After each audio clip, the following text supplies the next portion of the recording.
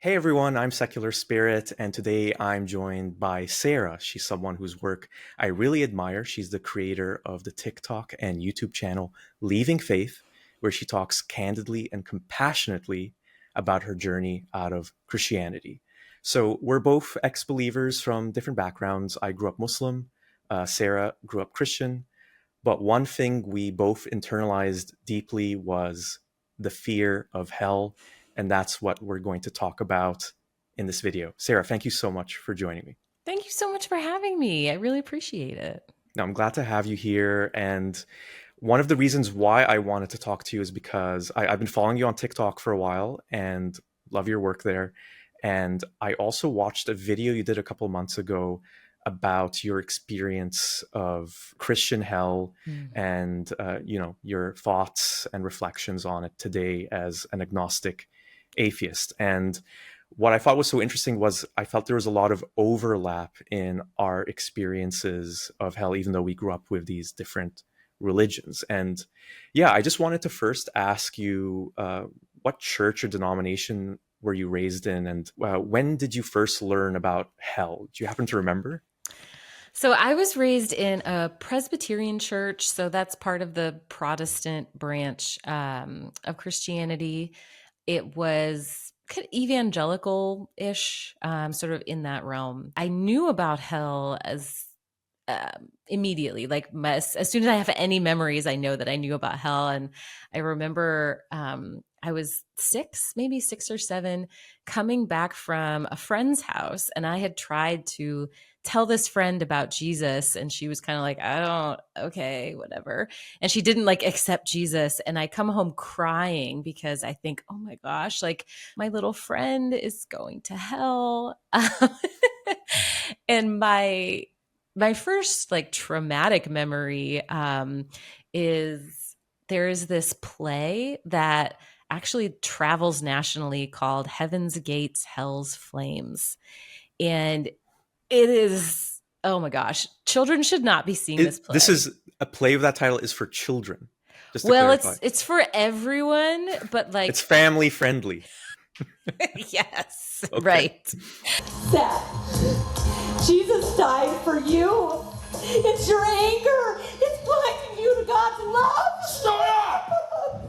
I don't want to hear that religious stuff. I've heard it before. Come on, Sam. No. And the scene that I remember most vividly was a scene where there's a little girl with her family and they're pretending they're driving in a car, and clearly only the little girl is a Christian and her family are like, that's not important. And then in the play, you hear this big crash and a flash of light, and clearly the family has gotten in a car accident and they've all died. So now, I know, it gets worse. And so now the scene is they are at the bottom of like the staircase, and sorry, it's my dog Ruby.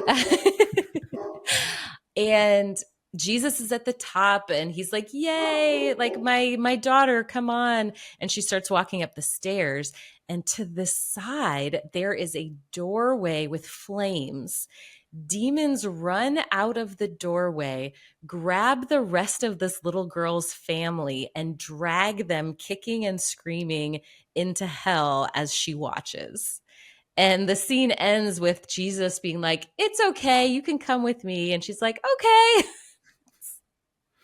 and and the so separated from her family at that point, just to Forever. clarify. Yep. Her Oh family being wow. eternally tormented. They should have got it together while they were alive, was the Wow. takeaway. What was your reaction after you watched this, performance? um it was so upsetting, the thought of watching your loved one be dragged away from you knowing they were going to be tortured. It was just horrifying. And I think it does explain some of the fervor that evangelicals have when they are trying to convert people, because that genuine belief is, hey, if I don't convert you, you might be tortured for eternity. Wow. And did you talk to your family about it afterwards? Did your parents say anything to? They must have seen you were upset. The only thing I remember is my mom didn't like the play because when the family was being drug away, the Jesus character like holds his hand out as if he wants to save them, but he can't. And so she didn't like it because she thought it made Jesus not look all powerful. Yeah, That because was because if it was up to him, his hands wouldn't be tied. He could just do it. Which right. is part of this whole internal debate, right? In Christianity, it exists within Islam as well. Does God allow you to go to hell, or do you send yourself there? Right? Yes, I've had many Yeah, a discussion of that. I can Absolutely. imagine. The thing that's so interesting to me about that, I never watched a play like that growing up. I guess that was a good thing. But on the counter side, what I did experience was I grew up in the Middle East, and I went to a school that had Islamic education lessons as part of the curriculum. So Okay. you'd have English, math, then Islamic education, which is kind of surreal to think about now because I'd be learning mundane things like literally 2 + 2 = 4, and then the next class the teacher's talking about how you're going to go to hell if you aren't a good person, if you sin too much. One of the things that really stood out to me was it kind of taught me that, well, looking at my parents, they weren't being really good Muslims. So they Oh. they didn't know how to pray. For example, I learned how to pray when I was really young, and I didn't know how to pray initially. And when I asked them to teach me, they didn't know how, which shocked me. And I was Yeah. thinking, oh no, maybe my parents aren't good Muslims. Right. And little things besides that I saw them doing. For example, my parents wouldn't fast for Ramadan, which is one of the most Mm. important things you're supposed to be doing as a Muslim. And so I started believing that my parents are bad Muslims who might be going to hell. And so what's so interesting about that play to me is that children are being taught, whether it's in plays or schools like I was, that the most important thing is for you to make sure that you're not sinning, you're worshiping God properly. And if that means that your family is separated from you and going to hell, that's the way it has to be, right? Yeah. Yeah, I mean, I think Jesus famously said, that you're supposed to hate your mother and brother and come follow me. Like you are supposed to be ready to abandon your family, and that your relationship with God is supposed to be the most important thing at potentially the expense of everything else. That makes me want to ask this other question. So when I was growing up, I believed that hell was a real place, a physical place. And what I've always heard from some Christians, especially ones that come on this channel and comment, they say that the Christian hell isn't like that. It's not a physical place. I've heard things like it's actually just a state of separation from Mm. God. It's a place where you suffer, but you're not actually being tortured. You're suffering because you're separated from the love that is Jesus. Were you taught things like that, or were you taught that hell was an actual place, like a lake of fire? Right. I mean, I always thought both heaven and hell really existed, but they weren't as like tactile as our physical universe. So it wasn't like I thought it was a place that you could travel to, like you couldn't get on a spaceship or go deep into the earth enough or underground enough, right, to get it. So it wasn't physical in that sense, but I still pictured, existing there in some sort of physical state. I think the whole separation um, definition of hell is relatively new in how we discuss hell. And I think it's a way to make the idea more palatable, because a God that throws you into a lake of fire is cartoonishly evil. I mean, that's so much harder to defend, but if you reframe it as no, it's your choice and you're just choosing to be away from God, and here's just the natural consequence of your own choices, it's so much more palatable. But when you dig into that, it turns out it's almost exactly the same because you ask Christians, well, what is this separation like? And they say, oh, well, it's you're eternally existing with no hope and no love and no joy. Like, Okay, so eternal torment. We kind of end up in the same place either way. How did you kind of, balance that with the other things you were taught that, God loves you, Mm.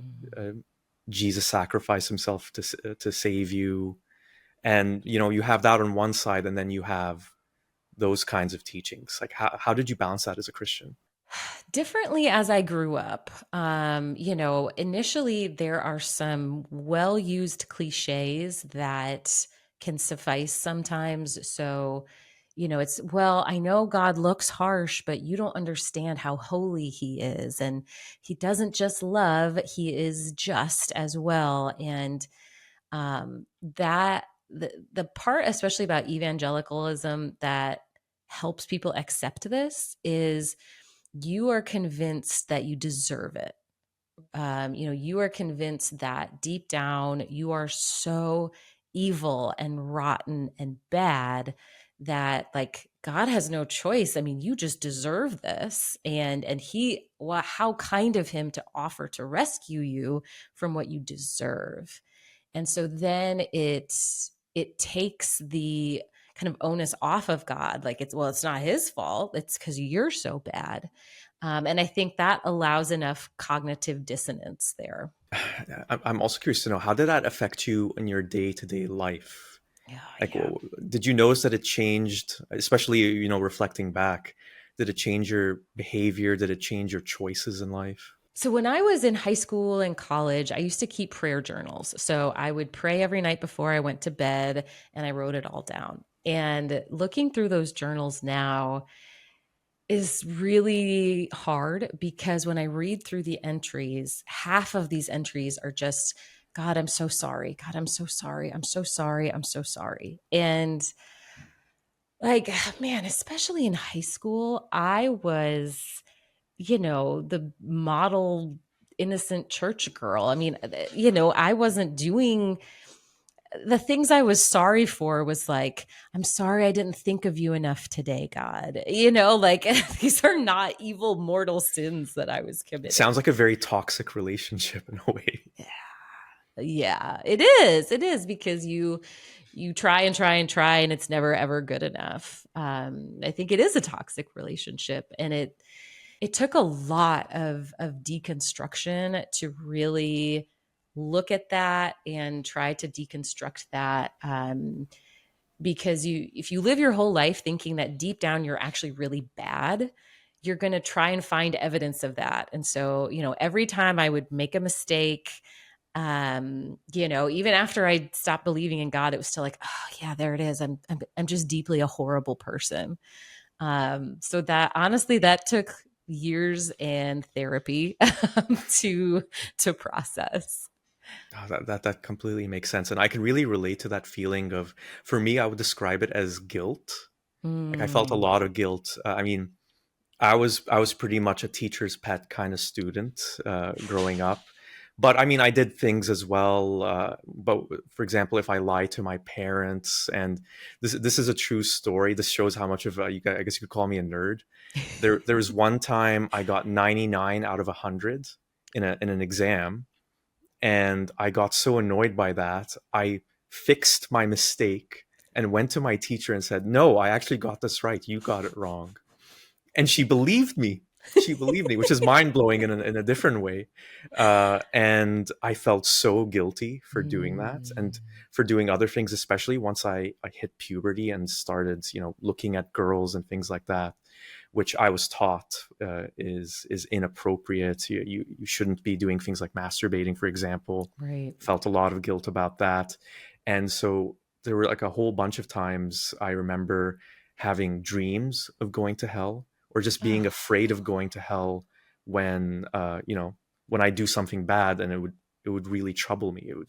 It would feel like this is something that could actually happen, and I have to do good things, because the other thing that I was worried mm, about was, if Judgment Day happens, there's a very similar Judgment Day as there is in Christianity, in Islam.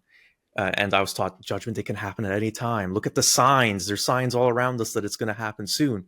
And right. what I was so worried about, if Judgment Day happened, then I wouldn't have a chance to build up more good deeds to save myself from going to hell. Wow. So Yeah. in Islam is in contrast, like in evangelical Christianity, you kind of turn your life over to Jesus and then you're saved, you're going to heaven. And so your sins, it's like you can be forgiven for them, but your salvation is sort of set. But in Islam, is it like you have to do good things? And if you do too many bad things, like you have to sort of have like a balance sheet basically to get to heaven? It's an interesting question because growing up, uh, I heard different things that Mm. contradicted each other. So there was one version that I remember being taught in school that it was like a balance sheet. So even if you're a Muslim, if you do a lot of sins, you're still going to go to hell. There was a difference in teachings between teachers I had on how long I would go to hell. So I remember, Oh. yeah. So I remember one taught me that, well, Muslims will all go to heaven eventually, but you go to hell for a little bit to be to basically pay for your sins. So if you sinned 10 years worth, you go to hell for 10 years and then you go up to heaven, no hard feelings, God, for all that suffering, and then just join God. But then if you did a lot of stuff, maybe you could be there for a millennium and then Wow. join the believers. But at the same time, Huh. there were people in my family, believing Muslims, who didn't believe that hell was a real place. As Hmm. in that the God they had in their mind, the Islamic God they had in their mind, would never actually send regular people like me to hell. And that's what my parents taught me as well, that you don't have to worry about it. You're a Mhm. good person. Don't worry. You're never going to go to hell. And of course, in my mind, I was thinking, well, what do you know? You're not even good Muslims. You don't even know how to pray. So why should I listen to you? So Yeah. I never really understood what the actual answer was, and Wow. now as an adult and having researched so much about Islam after leaving it, ironically, there does seem to also be these differences of opinion. That last opinion that, oh no, no one actually goes to hell, is definitely not the one that Islamic scholars will teach. I think that's one where, to just connect to something you said earlier, is where people want to kind of more recently interpret it that way to make themselves feel more comfortable about how does an Mhm. all-loving God also send people to hell for eternity. And that's the other thing I wanted to talk to you about. The thing that I struggled with when I started questioning Islam is, how could God punish someone for a sin they committed in this life for eternity? Yeah, I mean, the eternity is the ultimate cruelty of that, you know? And I think when I was a kid, you sort of picture someone going to hell and you think about them kind of being there for a while, but then you sort of stop thinking about it and trying to really sit and comprehend infinity. Like, no, that person's not just going to be there for a while. Like, a million years will go by and then a billion years will go by and they're not any closer to being done. And like being tormented like that is, I cannot think of anything more cruel than infinite, never ending torture. Um, and it's really interesting that you say like all Muslims would maybe eventually make it to heaven after like they've paid for their sins. That is so much more logical to me because like with Christianity, I could be a really kind, good person. And if I don't happen to believe in Jesus, then I get the exact same punishment as someone, who ends people's lives by the thousands. We would get the exact same punishment. And that doesn't seem to make sense either. No, no, it really doesn't. The other thing I wanted to ask you, and I'm going to pull up a few examples. So this is one of the reasons you're going to understand very soon why I was so terrified about hell. Part of my Islamic education lessons, we would memorize parts of the Quran and learn the teaching behind them. And the thing about the Quran is there's a lot of stuff in it about what will happen to the non-believers or the Mm. disbelievers, the people who don't believe in God being real and don't follow him. So you'll find a lot of stuff, and I'm going to read one here. This is one example of many. So there will be things like saying the disbelievers will suffer a painful punishment, and you'll see that kind of talk in the Quran throughout it. So some variation of, you will suffer torment, you will suffer painful punishment. but this is the one that really stuck with me in my imagination. So, surely those who reject our signs, we will cast them into the fire. Whenever their skin is burnt completely, we will replace it so they will constantly taste the punishment. And then it ends with this: indeed, Allah is almighty, all wise. And I learned that as a kid. And I mean, every Muslim who reads the Quran reads that verse. So Wow. essentially, your skin is being melted off, and then it grows back so it can melt off again. That is like Sisyphusian, right? Like Sisyphus, Hmm. Hmm. same. Oh man, Or what's the other one? Prometheus, right? Is just to the Prometheus the liver. one whose liver is eaten out by like I think an so. eagle or something, and then it grows back the next day? Yeah, Yes.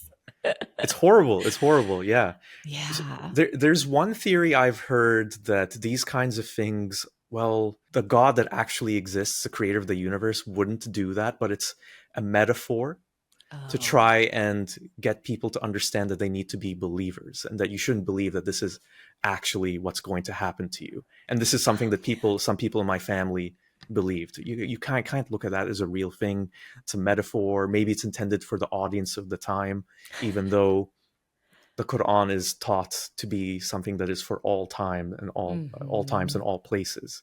So I wanted to ask you: is there anything comparable like that in the Bible, New Testament or Old Testament, Oh about yeah. hell specifically? So the Bible is really unclear about hell in that there's a lot of reference to just perishing, and then they perish and you die, which is why some Christians think that actually there is no hell, you just die. There is language about being cast into a lake of fire. And many people assume that that's talking about hell.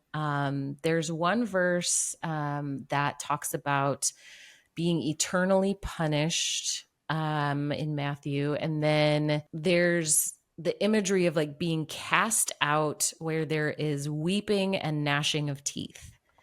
So it's still pretty almost metaphorical sounding. Like it doesn't get into those specifics. And yet, that has been enough to really get Christians to kind of take it from there and fill in all the blanks. Yep, and some definitely get carried away with it. I've definitely seen, sermons of, especially the televangelists going wild with the fear mongering with hell.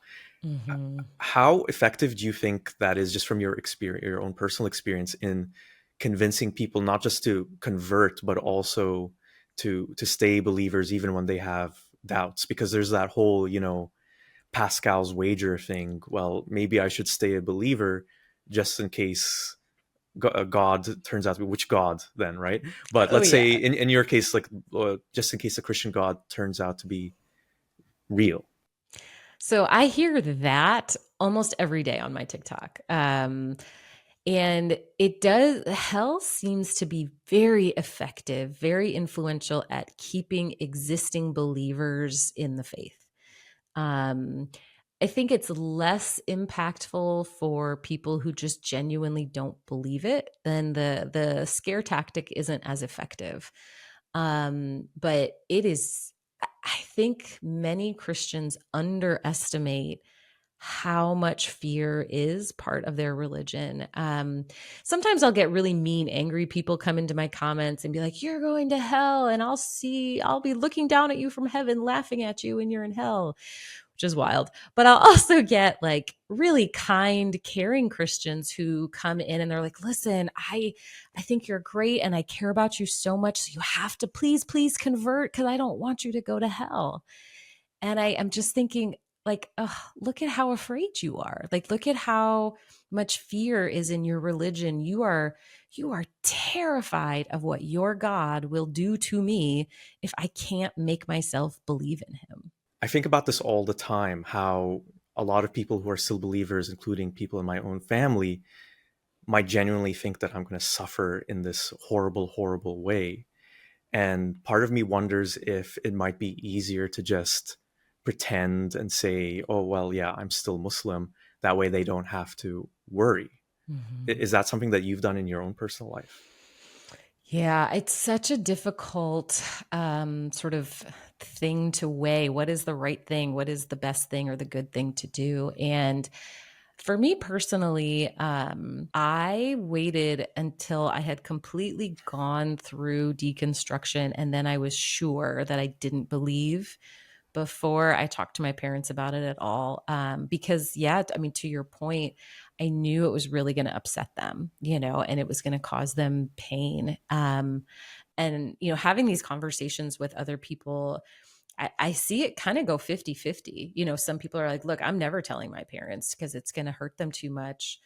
For me, talking about God was a big part of my relationship with my parents. And so I would have had to really just lie all the time in order to hide it from them. And so it just wasn't really feasible for me to hide that from them. I, I'm not good at like hiding my emotions on my face anyway. I'm not good at like making things up on the spot. It's just not a skill of mine. So, so they would have known anyway. So like for my circumstances, telling them made the most sense. And I am very lucky. They were definitely upset, but we still have been able to maintain a good relationship. And I know not everyone is that lucky. So I absolutely understand why some people are like, look, I can't tell my parents or my family or whatever, and I absolutely understand that. Do you think your parents still have this concern or belief that, oh no, our daughter is going to go to hell? I actually just talked to them about that like a week ago. So perfect time to ask the question. My dad has sort of evolved from believing in hell to being an annihilationist. So now he just thinks that if you don't go to heaven, you just cease existing. Oh, my daughter's just going to be annihilated. Yeah, which Does that? I guess it's technically that is better. better. Yeah. It is. I mean, I see that as a step forward. But I was just talking with them recently, and what I said to them was that I am sincere in my seeking. When I deconstructed, I truly wanted to believe. I truly tried to believe, and I still try to live my life very similarly. I deeply value honesty and kindness and compassion. And so, given all that, and given the fact that this God is supposed to have designed me and knew how this all was going to turn out, it would be an incredible cruelty to have designed me this way, to have watched me suffer and question and beg God for help, believing. Like I didn't even ask for anything big and magical. I just said, God, please help me believe. For him to not answer that and then toss me in hell for not being able to believe. That just isn't a good God. I think my dad kind of was like on board, I think he's intellectually humble enough to be like, well, we don't know everything. So that's a possibility. And my mom was like, well, God's not done with you yet, And so I think my mom is very much convinced that before I die, I'm going to convert back. Bedside or deathbed conversion, right? Yep. The thing I should also ask you is, how did you get to that point where you didn't believe that hell was real anymore? For me, it was so directly linked to my belief in God. So when I was going through deconstruction, I definitely questioned hell. I thought, what is this teaching? This doesn't make sense. And I then started questioning the Bible. And why do I believe the Bible is true? And so eventually when I got to, oh my gosh, I don't think any of this is real, the belief in hell just disappeared right with it, because I only knew about hell through the Christian God. And so if the Christian God doesn't exist, I don't think hell does either. It's kind of eerie how similar it was for me. once I opened my mind, this is how I would describe it. It was like I had a fog around me. Mm. And once the fog was removed, and the way I removed the fog was opening myself up to the possibility that Islam wasn't true, which is something I couldn't have even conceptualized when I was a Muslim growing up. But once I Mm. opened myself up to that possibility and started thinking, wait a moment, wait a second, how do I know any of this is actually real? Angels and demons and a devil and these things called jinn that are apparently all around us, but we can't see them, and God himself and this afterlife. And when I started to open myself up to the possibility that maybe these are things that I believed because I was told they were real, maybe there aren't good reasons to believe in them. Have I seen hell? Have I seen heaven? Have I seen God? Have I truly felt God's presence? Mhm. Or was I telling myself that all of these things are real because everyone else around me was telling me that? So once I went through that process, the belief in hell just faded. And I say this with the knowledge that there's a lot of ex-Muslims who still have that fear of hell. What if hell is real? And they consider that Pascal's wager again. Maybe I should just Mhm. stay a believer. Well, and same with Christians, by the way. Like Christians have, even when they stop believing in God, some still have that lingering fear of hell. But I think the thing with that Pascal's wager is if you're actually cognitively having that wager, you don't believe anymore. Like you can't. It's too late. Yeah. It's too late. Like the train has left the station. Well, to Because your if point, is like, if you see God in this afterlife, you're at the stairs or whatever. You're gonna. What are you gonna say to him? Well, I wanted to believe in you just in case God's not accepting. right, like I was just getting my fire insurance. Yeah, he's gonna know that you don't actually truly believe if he exists. And I'm talking Yeah. about my God, not your false God.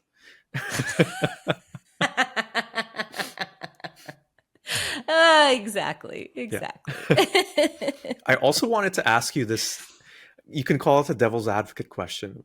Going back to the televangelists, or a fire and brimstone, and something similar exists. Maybe not televangelists necessarily, but that kind of sermonizing with talk about you got to be a better person. You can't stray from God and sin, or else you'll end up in hell. What if that's a good thing because it might persuade us to stay in line, to not do bad things like murder, steal, pillage, rape, whatever you want to call it. So all these things that I think you and I would agree are bad things. Well, Mhm. maybe some people, they need to have this fear of hell to stay in line, to make sure that they only do good things. What would you say to that devil's advocate Yeah. argument? So, first, I would say, not believing in God, I commit exactly as many murders as I want to, which is zero. I think maybe two people. I think Ricky Gervais said something similar, and maybe even Hitchens. I think generally speaking, people do have an internal morality and generally actually do care about other people and don't want to hurt other people. And so from an idealized world, I would say we don't actually need religion to do that.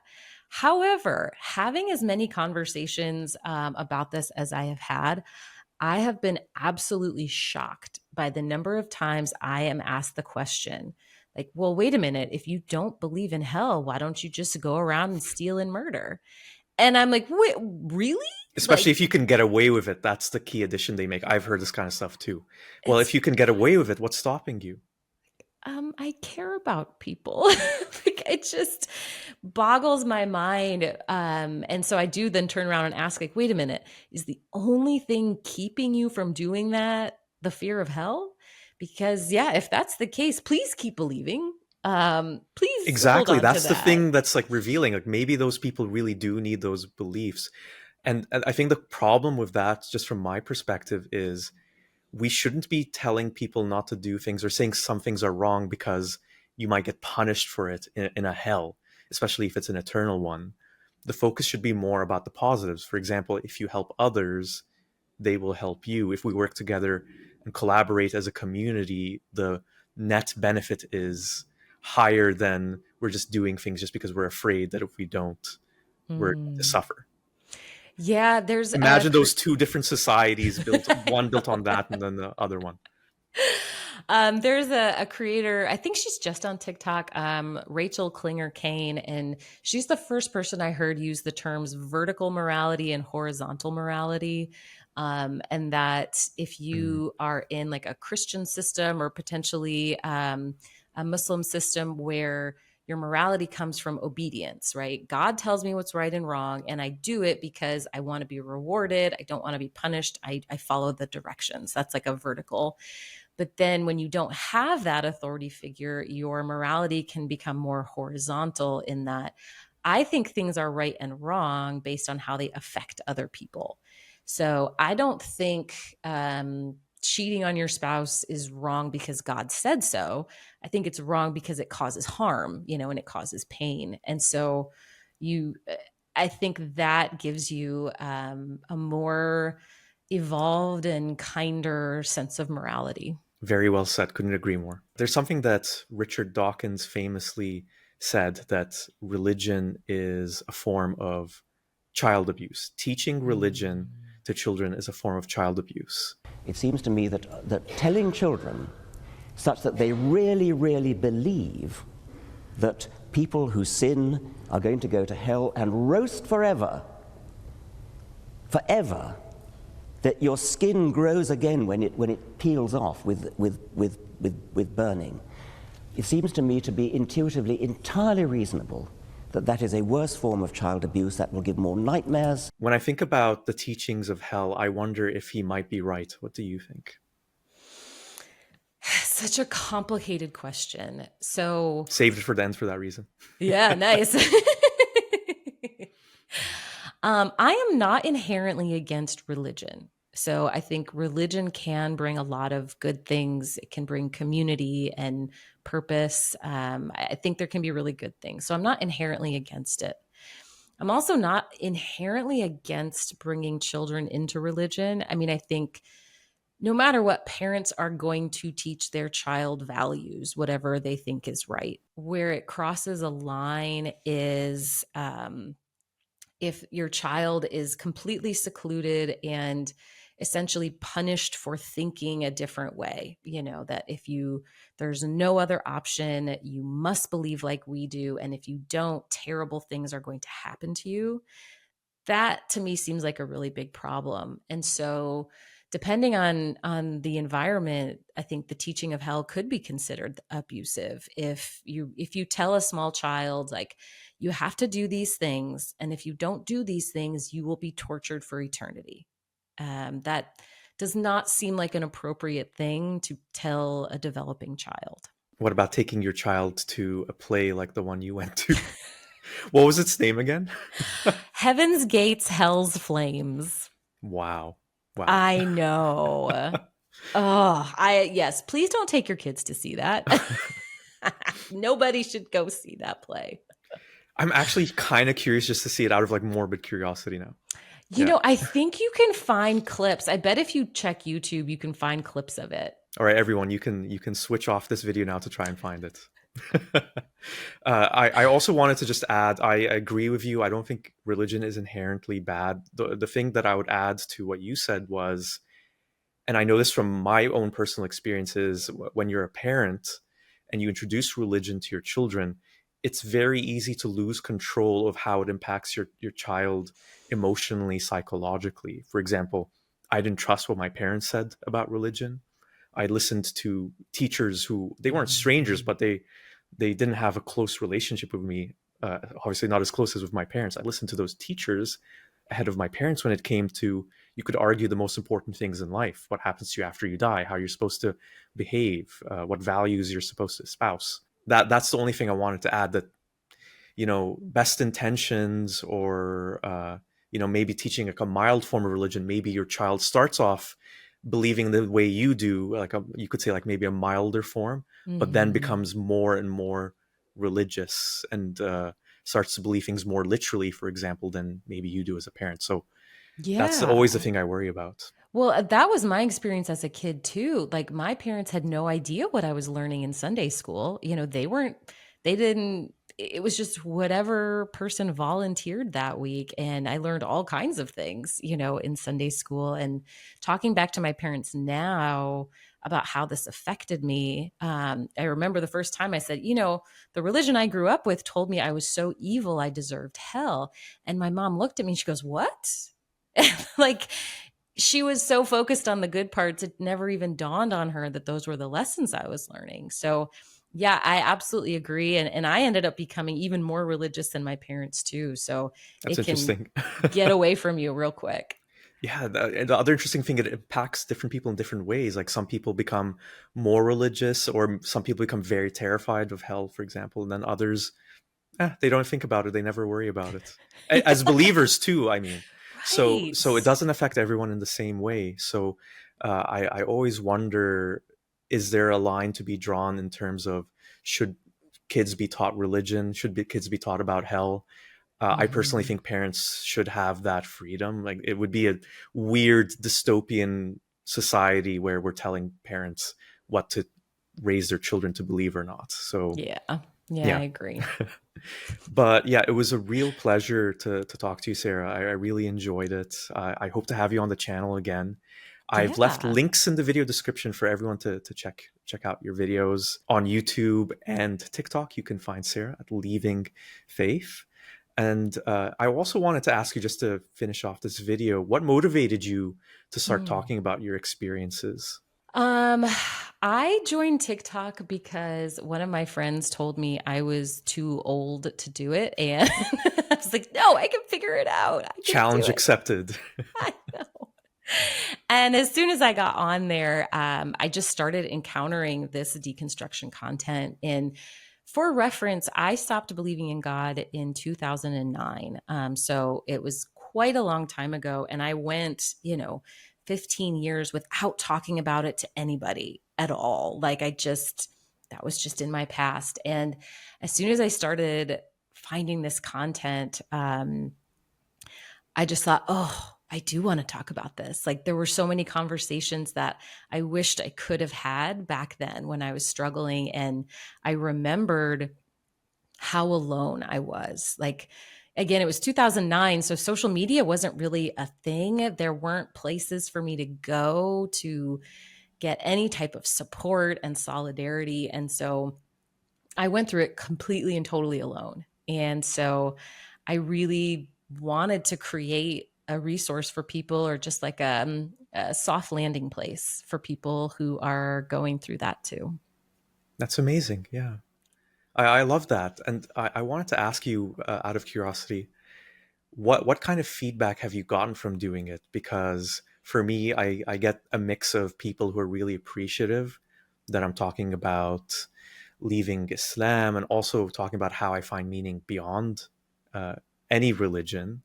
But then I also get people who are Christians, Muslims, who say, well, now you're steering people away from the true faith. You're actually doing the devil's work. Have you gotten that kind of feedback? Oh yes, yes. I do get lovely feedback. I do get people who send me private messages who are like, "Hey, this was really helpful. Like, thank you so much." And oh gosh, I love hearing that. What's interesting is, like, the vibe of my content isn't really antagonistic. Like, I don't yell at people, I don't insult people. It's pretty chill vibe. And people are still furious at me, like so angry. I certainly get, like, you're doing the devil's work. People have called me a demon. They say I'm possessed by Satan. I get called a prostitute, like Jezebel. Um, a lot of insults. It I have really to makes ask, people what's a angry. Jezebel? I've Oh, heard that I've heard that word, but I'm not sure what it means. it's like in gosh, now I don't remember which book of the Bible. Somewhere in the Old Testament, it's this basically a spirit that kind of inhabits a woman who is using her womanly wiles to do evil. Basically using her sexuality to cause bad things to happen. That's horrible. That's me. Ta-da!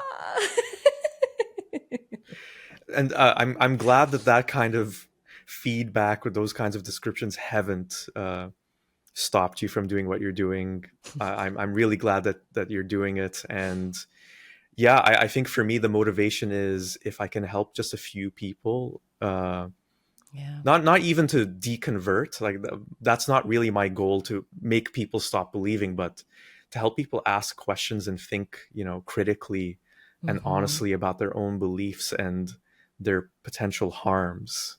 Yeah, That and absolutely. then let them make the decision for themselves. That's all I can hope for. I feel the same. I'm not trying to change people's religion. I just want a place where we're more compassionate and empathetic and thoughtful. And who can disagree with that? Even from a Jezebel. Well, thank you so much again, Sarah. If you want Sarah to come back on the channel, let us know in the comments. I would love to have you back again. I would love to come back. Yeah. Absolutely. I think it would be really interesting. I love how we managed to keep this video relatively light, considering the subject matter. It's a That's dark really great. subject. Fair. For me, I think it's a coping mechanism, if nothing else. That you got to joke about it when spending so many years being so terrified about it. And I think that helped me when I was processing, leaving the religion. But yeah, would love to have you on again. And yeah, check out Leaving Faith. Links are below. If you want to support this channel, I do have PayPal and a Patreon. Links are also in the video description. And yeah, hopefully Leaving Faith will be back very soon. And I'll be back very soon with another video. Take care, everyone. Bye-bye.